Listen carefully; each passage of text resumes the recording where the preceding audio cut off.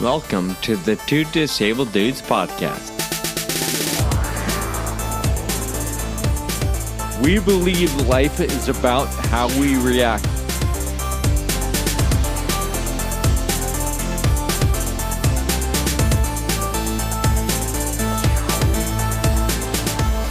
Hey, what's going on? Welcome to Season 8 of the Two Disabled Dudes podcast. My name is Sean, and I co-host this show with my buddy Kyle Bryant. Kyle and I became friends in 2007, just after I was diagnosed with Friedreich's ataxia, the same disease that Kyle was diagnosed with about 10 years prior to that. Together, we started this show almost 6 years ago, in order to diminish the feelings of isolation that often accompany rare disease and to encourage each other and listeners to find ways to live beyond our circumstances, whatever those might be. We all have bad days, and hard things will always show up in life. How we react to those things make all the difference. If you've been listening, then you know that Kyle is currently in the mountains of Montana on a 30-day bikepacking trip. Of course, this leaves me to do whatever I want on this show for the first couple weeks, so buckle up. If you're new to the show, thank you for checking us out.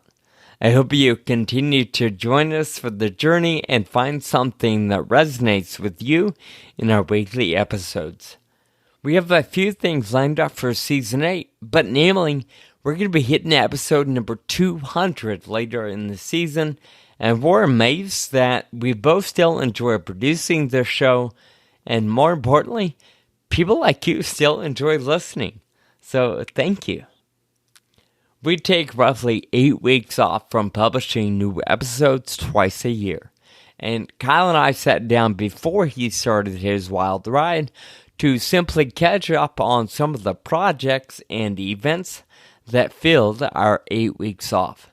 So to kick off Season 8, I've got that conversation loaded up for you. At the time, Kyle was away from his home studio, so you may notice a less than ideal audio quality from his end. But hey, thanks to 2-day shipping, the show is able to go on. Again, I'm thankful you're listening, and I look forward to sharing the journey throughout Season 8. Here's the latest from Kyle and me.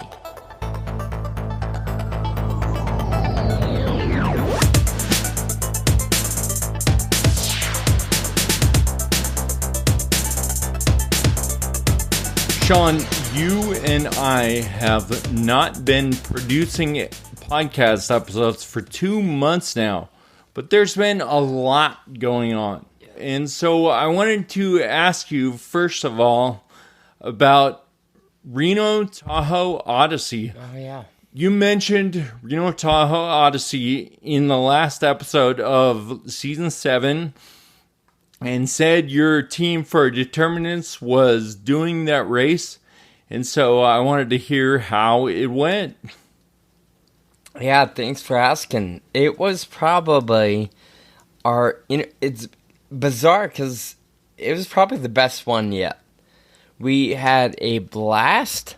The team was, I don't know, just everything about it seemed awesome. There were elements that, of course, were frustrating or that we'd want to change next time. And in the past we've always had a blast. So I don't really know what makes this one the best, but it just worked really well. Some of the challenges going into it, right? This event, ideally, is a 12-person relay race.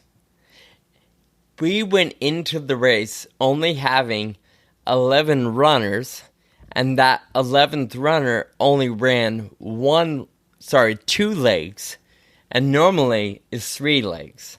So in a sense, you can say we only had 10 3/4 of a runner, right? Not the ideal 12. Right. So those of us who have done the event before and have been a part of the team for years, we were nervous. We we just went into it thinking, oh my gosh, this is going to be hard. It's going to be tough. There was a part of me that was like, hey, if we don't finish, it's okay. We're just doing our best, having fun.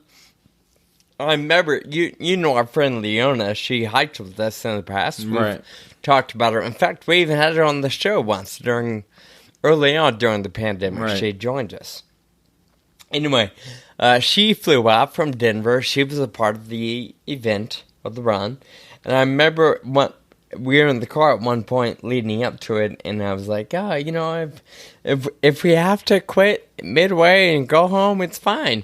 And she was like, I really hope you don't do that. So I could tell that probably wasn't the best mentality. Obviously we all want to finish. We don't want to break ourselves trying to do that, right? It's not life or death here. But we had, not only were we short runners, I want to say there were only 2 veteran runners who have done this event with us in the past. So, sure, other people, they run here and there, 5Ks, 10Ks, different events, but they had never run this event, and they had never been a part of a 24-hour race. So maybe they weren't used to not being able to sleep between their legs. So it was all very new. So just things that made us nervous. Fundraising was slow, and all the expenses were high, especially right now with gas and hotels and all this stuff, right? So it was just it felt like the odds were against us. But we had an absolute blast. The majority of the new folks were in one van. We have 2 vans. And they were high energy the entire time. They were tired, but fun at the same time. It's like that nobody got mad or frustrated that they couldn't sleep, they didn't get their favorite meal, or it was just very. Everybody was flexible. We raised more than our goal. We had lots of good laughs, and we finished in fantastic time. Wow, amazing! I believe our team normally does a finish anywhere between 30 hours and 32 hours. One time we finished at 29 something, and we repeated that. We finished at about 29 and a half this year. Wow, that's awesome. With less runners than normal. So overall, it was just a blast, and everybody that was new wants to do it again. Yeah, I imagine that the fact that it felt like all the cards were stacked against you just makes it that much sweeter to have had a successful event, right? For sure. I went into this thinking this was our last one. It's a lot of work. It's a lot of stress. But I came out of it thinking, oh, I can't wait to do it again. Well, that's amazing. Cool. Good. Yeah. So I do want to throw it out there since we're on the topic. You know, the whole idea behind Determinants is to help people with disability or rare disease participate in adventures like this. And we've always leaned on RTO as our main fundraising event for able-bodied people to complete the race, raise money that can support and be used for disabled folks to go out and do something. So if by chance there's somebody that's listening that says, you know what, I have a disability, but I can do that, I can run, whether you run slow or even if you need to walk, if your condition allows you to still even participate at that level, we welcome you. So reach out, send us an email. There's ways we can accommodate and still lean on some fully able-bodied people to help meet that deadline of time and make things happen. So don't feel like it's only able-bodied people. We can certainly figure out something else. Yeah, and like, you know, in RAM, sometimes I certainly, and maybe you as well, you know, we had 2 teammates, Mike and John, who are just amazing cyclists, and we're just out there cranking out whatever we can do, right? And we're no like amazing athletes. But, one of our mentors said that no one is less important than the other person, because while anyone's out on the road, your other teammates are getting rest and getting what they need to get out there and pull the team as well. So, everyone is just as important as the other, no matter how fast or far they run or bike. I agree. Kyle, before we move on, I know you have a lot to share as well about your time off activities, but I want to give one more plug. I know I said, hey, if you want to participate in RTO or Reno Tahoe Odyssey with our team, shoot me an email. But ultimately, Determinants wants to help other people do other adventures. So if you're interested in doing a mountain climb with us, or maybe a 5K, even in your neighborhood, you don't have to travel to Sacramento. One thing that we're in the market for is to find people with a disability that want to do some physical adventure that will be challenging, but still possible with the right team, right support, right equipment. So if there's something that's brewing in the back of your head, please reach out, shoot us an email, shoot me an email, or for more information, visit determinants.com. Talking about adventures, do you want to share about Ride-A-Taxi? For sure. And Ride-A-Taxi is top of mind for me at the moment, because Ride-A-Taxi Chicago is 1 week away. By the time this airs, it will have happened already. But we've had 3 rides so far right now at this point. We've had Gainesville, Florida, Southern California, and then Northern California. And I'm really proud of everyone who has participated. So far this year with those 3 rides, we've raised over $400,000 for research. And it's all because of individual people participating and doing their part to help the team. And so I'm just really grateful. We've obviously had an incredibly fun time, but, we've also made a lot of progress towards our goal, which is to treat and cure Friedreich's ataxia. And that's only going to happen if we fund the most promising research with the money that we raise from, our own sweat. And there's lots of grassroots fundraisers across the country that we're really proud of.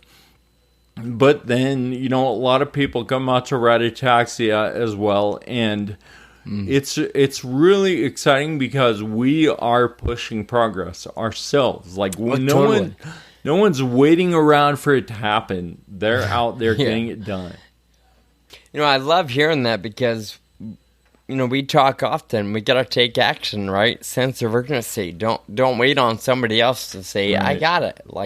Help be a part of it. And one thing I love, in addition to helping cure the disease that I live with and you live with, these events help keep the community close. Yep. And the camaraderie and the kind of fun, even though it's just one day and, some people might travel, it's so worth it. Being able to hang out for a couple hours or half a day, ride our bikes, have a meal, and just stay connected, knowing we're all working toward the same cause. Absolutely. Powerful. I think that's a huge, important part of it. I mean, we always talk about the importance of community and connecting with others who are in a similar situation. That's what happens at Ride-A-Taxia. Families come out, they raise a bunch of money to help themselves and the community, but they also connect with each other. It's just a really powerful way to bring the community together. So, Ride-A-Taxi, if somebody is like, wait, what? There's rides? Maybe they have no idea what we're talking about.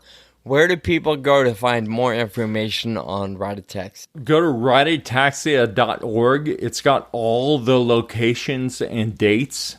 Just come out and join us. You can click and get more information about any specific event, and you can register there online and start your fundraising page and get involved. Even if you don't fundraise, even if you don't ride a bike, come out and hang out with us. Right. and just see how much fun these events can be. You can even volunteer, right? We need people directing cyclists or helping serve food or put together goodie bags or, all the different elements. And I want to add, if you do ride or you're interested, there's all sorts of routes and options for different levels. So you can ride, don't quote me, but maybe just a mile or 5 miles, or you can go big and ride 30 or whatever the different routes may be. So, something for everybody. We've incorporated a walk option into all of our events. Oh, nice. And so you can walk a mile or you can ride 50 or anything in between. Another thing that we have been doing this year, and we have committed to making it go on for all the events in the future, is there's going to be an ice cream truck at every ride from now on. So that's something that everybody can look forward to as well. So I assume you just had one randomly and it was a big hit? Yeah, we had the Kona ice truck in NorCal, and it was a lot of fun. And so we're having a local ice cream truck in Chicago coming up, and then we're hoping to have a cupcake truck nice. in Philly. So anyway, some kind of dessert truck at every ride. So okay, I chuckle because you said the ice cream truck was the first one was Ride a Taxi in NorCal not too long ago, and we've talked about it in the past. Ride a Taxi in NorCal has become dubbed Ride a Snacksia. That's because correct. There's always a lot of different snacks and foods available. One of the partners is somebody that brings a lot of different vendors and options to the event. So I think it's funny that it just continues to increase in the different types of foods that are available. Yeah, no matter what you do, you're going to probably consume a lot more calories than you burn. But hey, that's what happens. So, Kyle, let's talk San Diego. We got the opportunity to meet up for, I want to say it was less than 24 hours. Yeah, for you it was. Yeah, it was pretty quick for me. Tell us a little bit about that. Yeah, so we did a live panel at the Chan Zuckerberg Initiative, Rare as One meeting in San Diego. Between seasons, I was able to go down there for 3 days. And it was really incredible to see the impact that Chan Zuckerberg Initiative, Rare as One network is making. They fund capacity building grants to help small or rare disease organizations build capacity to be able to do the work that they need to do to advance treatments and ultimately help people in the rare disease community. So they do a ton of training as well, not only provide funding, but a ton of training, and they help, hire an executive director and build a board of directors, build a scientific advisory board, and implement different things into their organization to help them do the work they need to do to get to the end goal. And we were on stage and we interviewed 3 of their leaders, and it was just really incredible not only to connect with them, but to hear about all the progress that is being made by these organizations within their program, within their network. Absolutely.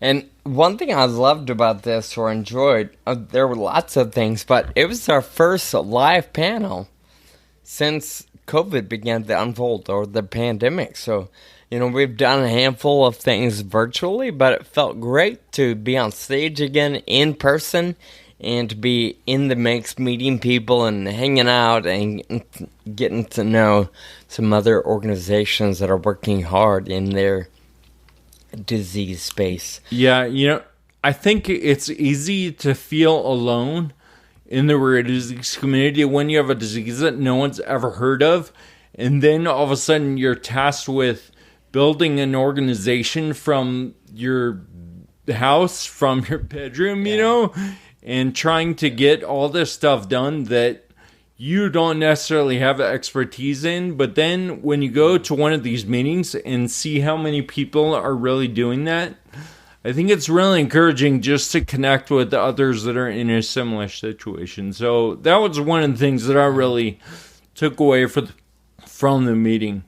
We got to see old friends, people we've had on the show before, and we got to make all kinds of new friends as well. Speaking of the show itself, we have an episode coming out that facilitates that specific event or discussion. So something our guests can look forward to pretty soon here in Season 8 is the release of the conversation we had on stage interviewing of some of the leaders at the Rares One Network and CZI. So something to look forward to.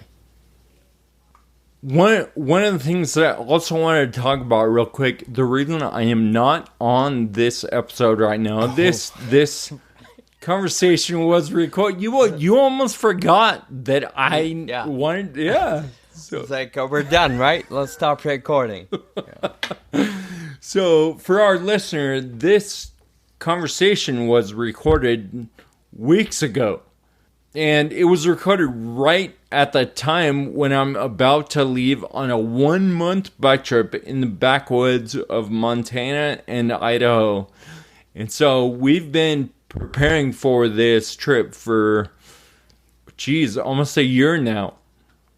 Wow. Looking at the different routes, acquiring all the right equipment. Equipment has been an all-consuming thing for a little while because I didn't have a tent or a sleeping bag or a sleeping pad or the right water carrying bags and last meeting with our team, we talked about how we all need to be carrying bear spray and we gotta hang our food every night at least, I think it was 10 feet in the air.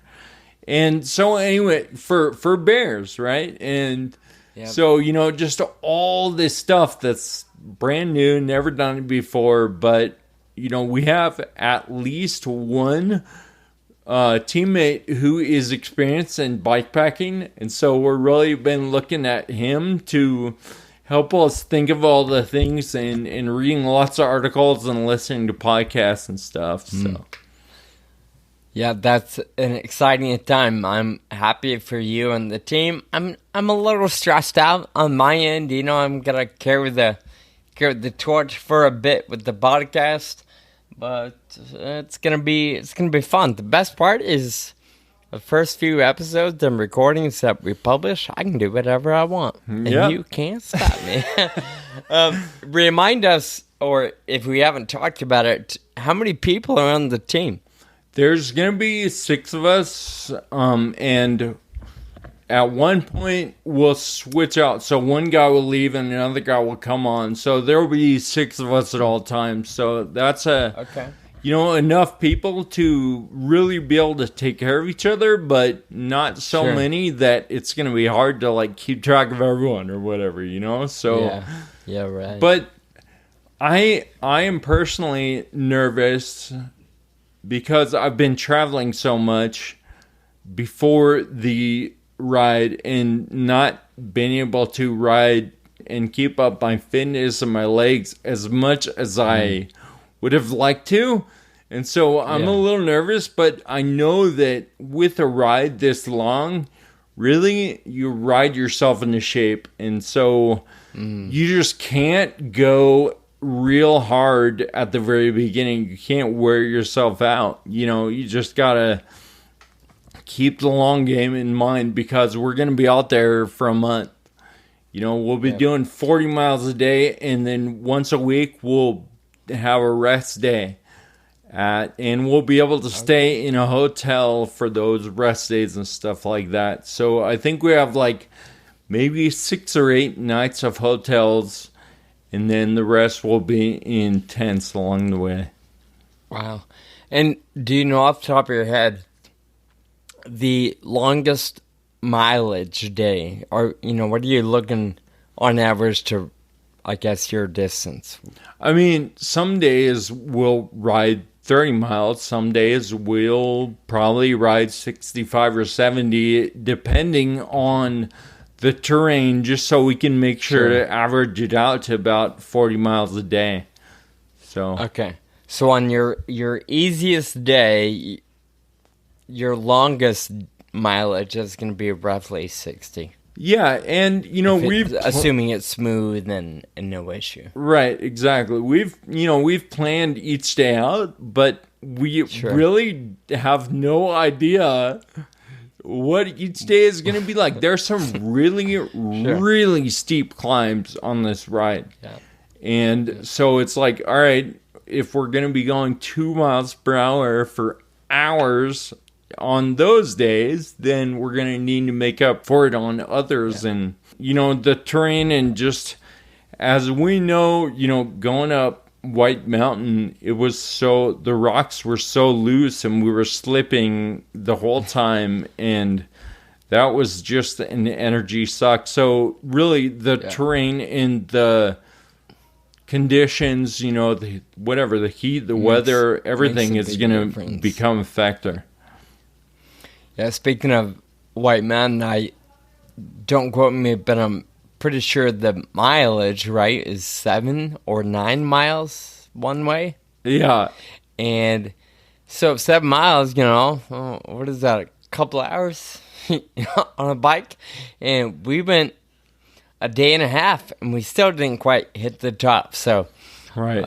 You're absolutely right in discussing or talking about how the terrain really makes a difference. Yeah, so, thanks a lot. You just made me very nervous, Sean.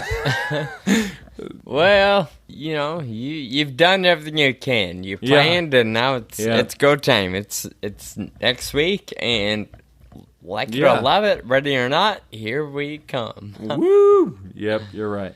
So, of course, we all look forward to pictures when you have a chance or when you find yourself with signal.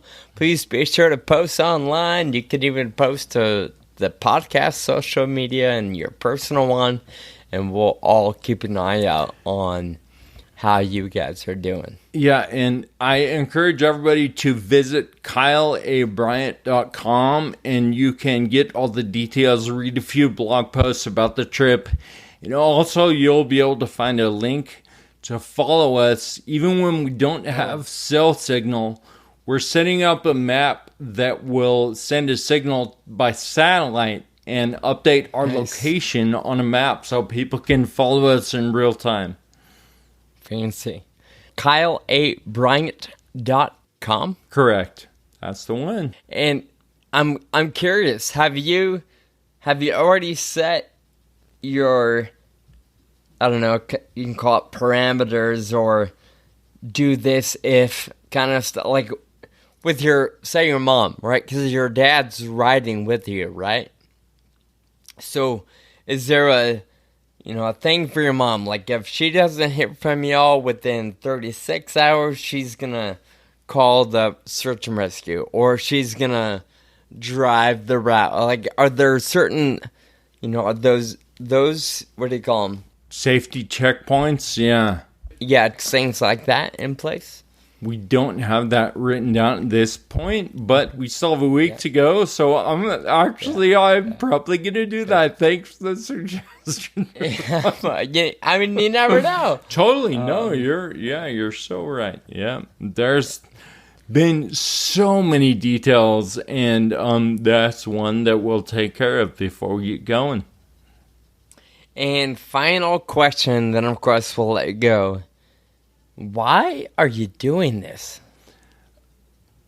I think it's been an adventure that's been on my mind. I've been talking about it with my uncle for a long time. When we went up White Mountain, it turned me on to off-road cycling. I've never really done off-road, and partly I just want to see what unsupported off-road bike ride is like. And you know what? I'm not going to shy away from the fact that there may be a midlife crisis element to it as well, you know? Sure. I mean, both of us just turned 40, and life is short. Let's get it done. Yep. Love it. Thank you for sharing. Of course, everybody, I think I speak for many of our listeners too. We look forward to watching your adventure on social, and we look forward to having you back on the mic and where you can tell us all about it. And the one thing I'm not looking forward to is seeing the kind of beard you grow in. Yeah, it's going to be glorious. All right, Kyle, thanks for planning ahead with me and having this conversation in advance. We'll chat with you when you come back. All right, we look forward to your return.